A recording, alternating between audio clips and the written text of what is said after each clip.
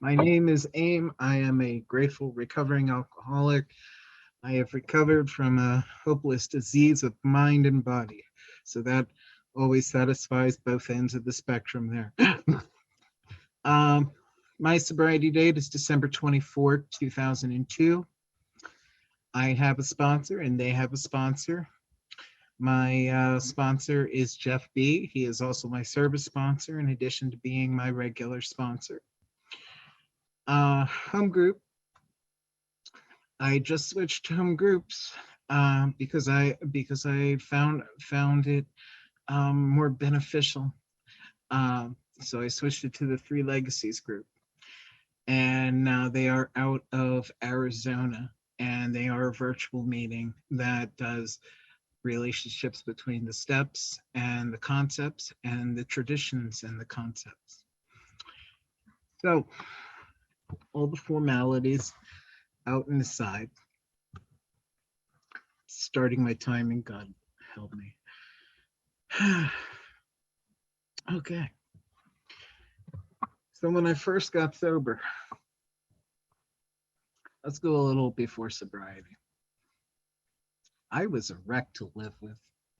I was the tornado that they describe in the big book, whirling around, destroying the lives of others in my family, uh, in my relationships with people. Was not really a good person back then.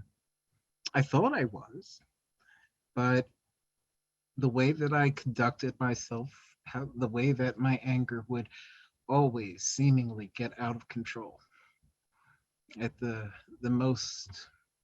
It always happens at the greatest moments, you know. It's like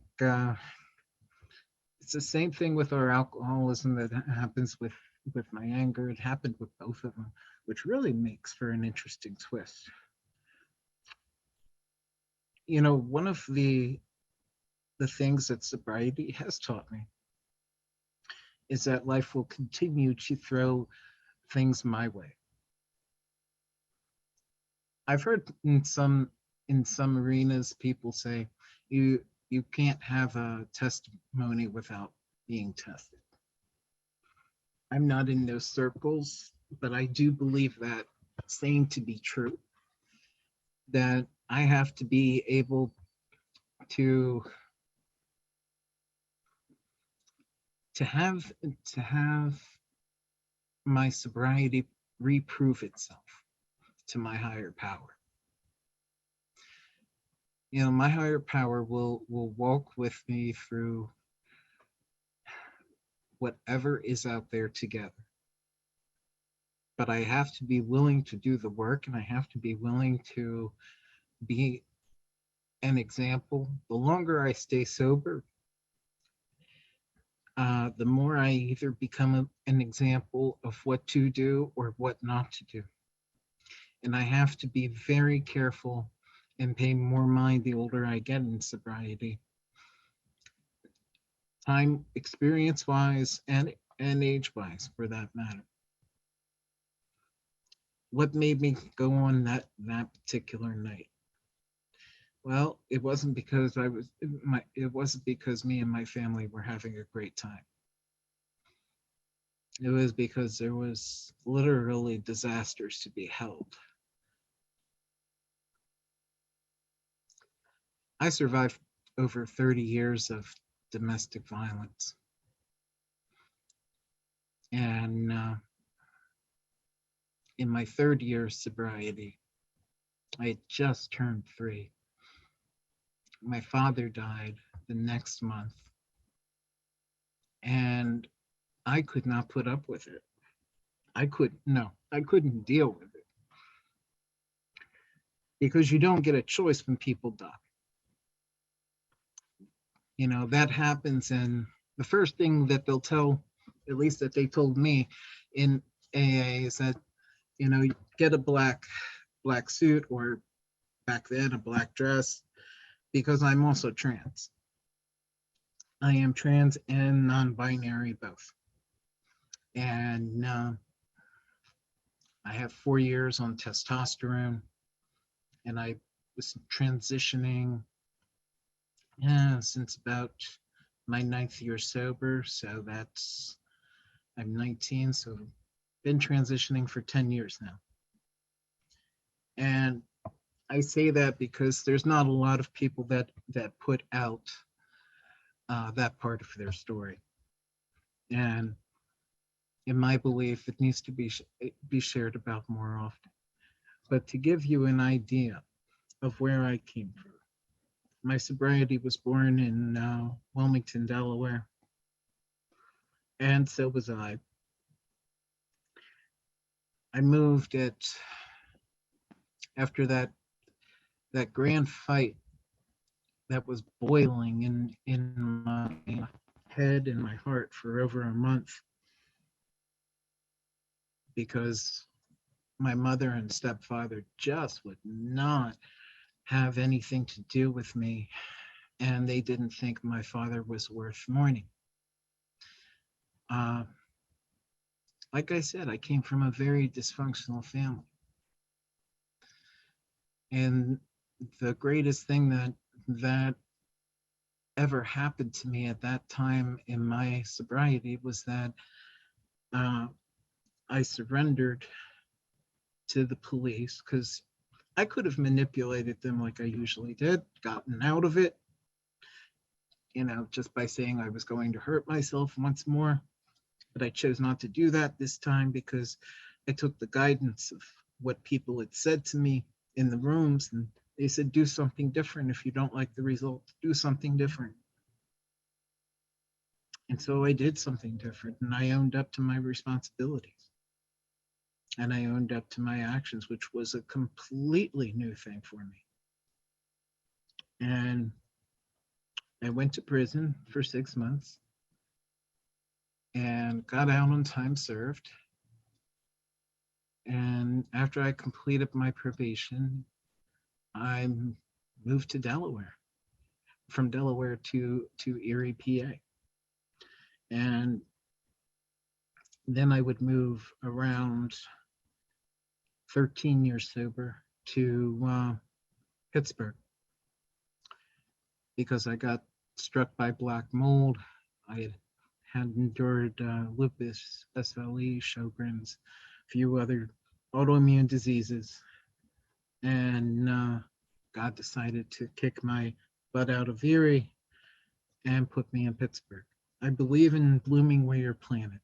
And until my creator shows me otherwise, I try to stay where I'm planted and bloom there, even if it means going through a lot of emotional turmoil. The best things come from enduring. I would not know the depths of the joys of sobrieties if I had not first learned the pains and the emotional distress first. I wouldn't know serenity if I had never experienced chaos.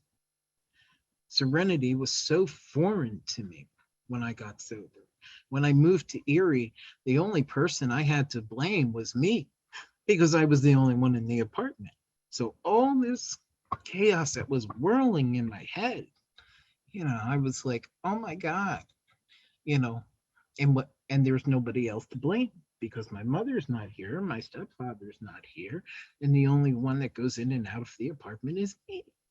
So finally I actually learned, to point the finger to myself.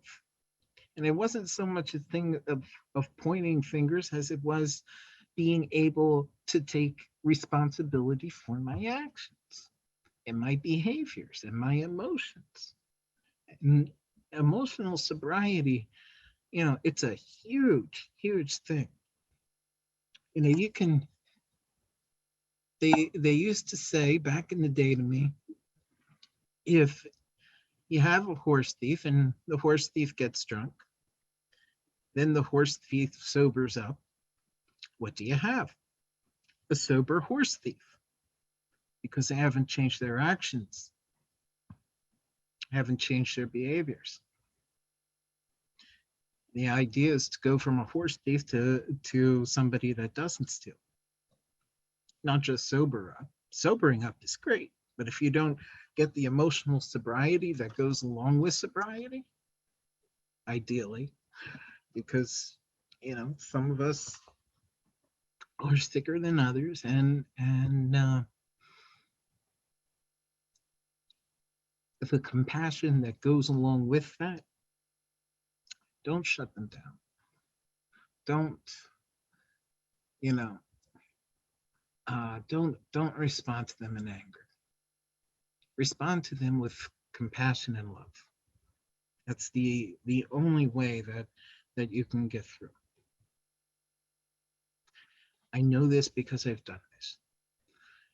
I do my best to live the steps, traditions, and concepts and warranties.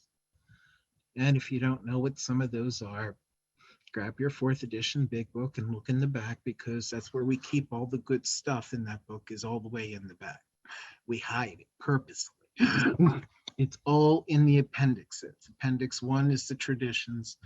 Appendix 7 is the concepts. And all the short form of concept 12 is the 6 warranties. Every semicolon is a new warranty. We keep all that stuff in the back. And if you're really sick like me, then you need the service manual.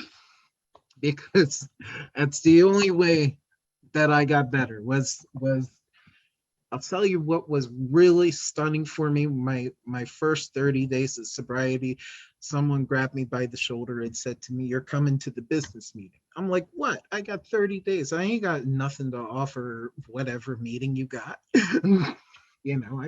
What business is there for a meeting? It's like, look, I'm giving you a ride home. You're attending the business meeting. I'm like, oh, I can't argue with that logic. So I attended my first business meeting, and you know what? There was people, they were literally going over the tables. Thank God that thing was like in a rectangle with it, because if it hadn't, I would have sworn some people would have been at each other's throats, literally. But do you know what really stunned me that day? What really kept me coming back to the business meeting? I wanted to know how they weren't killing each other.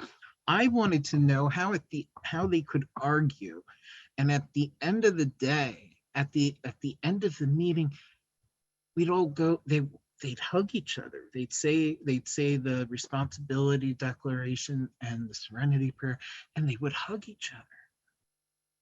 And you know, they really meant it.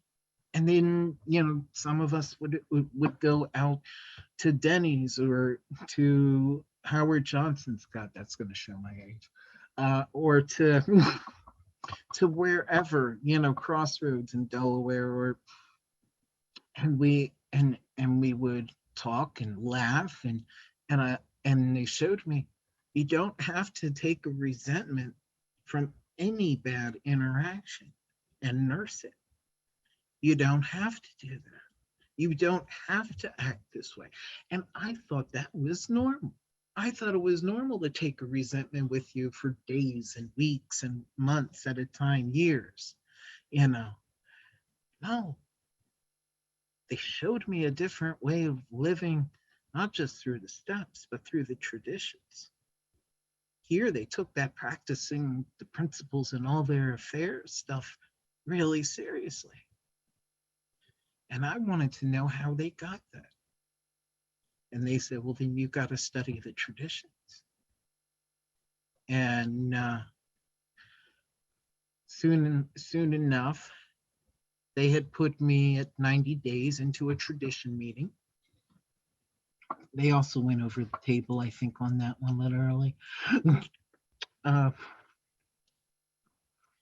Because I only had 90 days, and these are year-long commitments. They didn't know me quite yet. I didn't know them quite yet. And this goes to that thing of trust. And sometimes we have to blindly trust people. We have to have faith. And fortunately, the years have been good to me, because that coffee commitment was a traditions meeting. And I did not realize back then what I realized today, what 52 weeks of tradition meetings actually meant. That was a gift they gave me. I had no clue what a gift it was until many years later. Uh, when I say that to some people, they're like, "Oh my God, that's horrid! They gave you a year of tradition meetings. Oh my Lord, what were you to do?" Accept the gift. And then after that year, I was ready in their eyes to either be an intergroup rep or to be a GSR. And they wanted me to pick which way. And I said, well, it's real simple. Which was responsible for helping me? Directly, that would mean general service. I said, then that's where I want to go. So I became an alternate GSR. And then I became a GSR. And a few times over, I have been a district officer, district secretary, about 3 times over. Um, and I've got to serve Delaware, Western Pennsylvania, and Northern New Jersey. Um, I've been to Narasas where we get these crazy ass little pins because we make friends from different areas. And Narasa, that's a Northeast Regional Alcoholics Anonymous Service Assembly. If you find that you really, really love service, then go to a Narasa, because you will find people who love service, who love the traditions, who love the concepts and warranties to the depths that you do. And it's, you gotta be among your people. You gotta find your tribe. And my tribe is with those people who love those things to the depths of no end.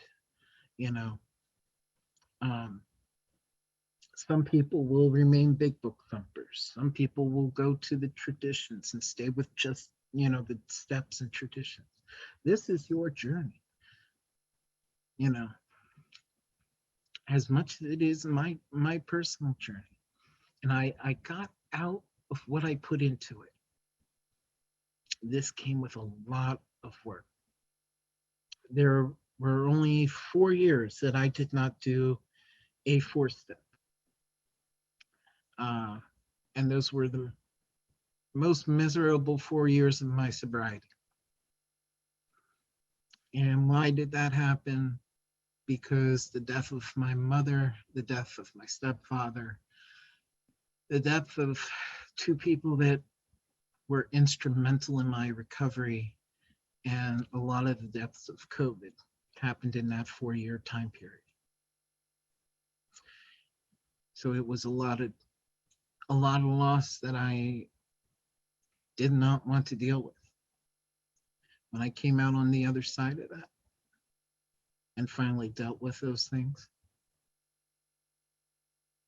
I was a lot better. And that happened last year, was when I started to get out of that. And boy, did I have another spiritual experience that I would never forget, because I did the work. And as long as I keep doing the work, the more protection the Creator will give me. And the other thing that I'll say is this: AA in itself needs the same protection that my sobriety does. I've heard people say to me, "Thank you for doing general service, because I could not do that."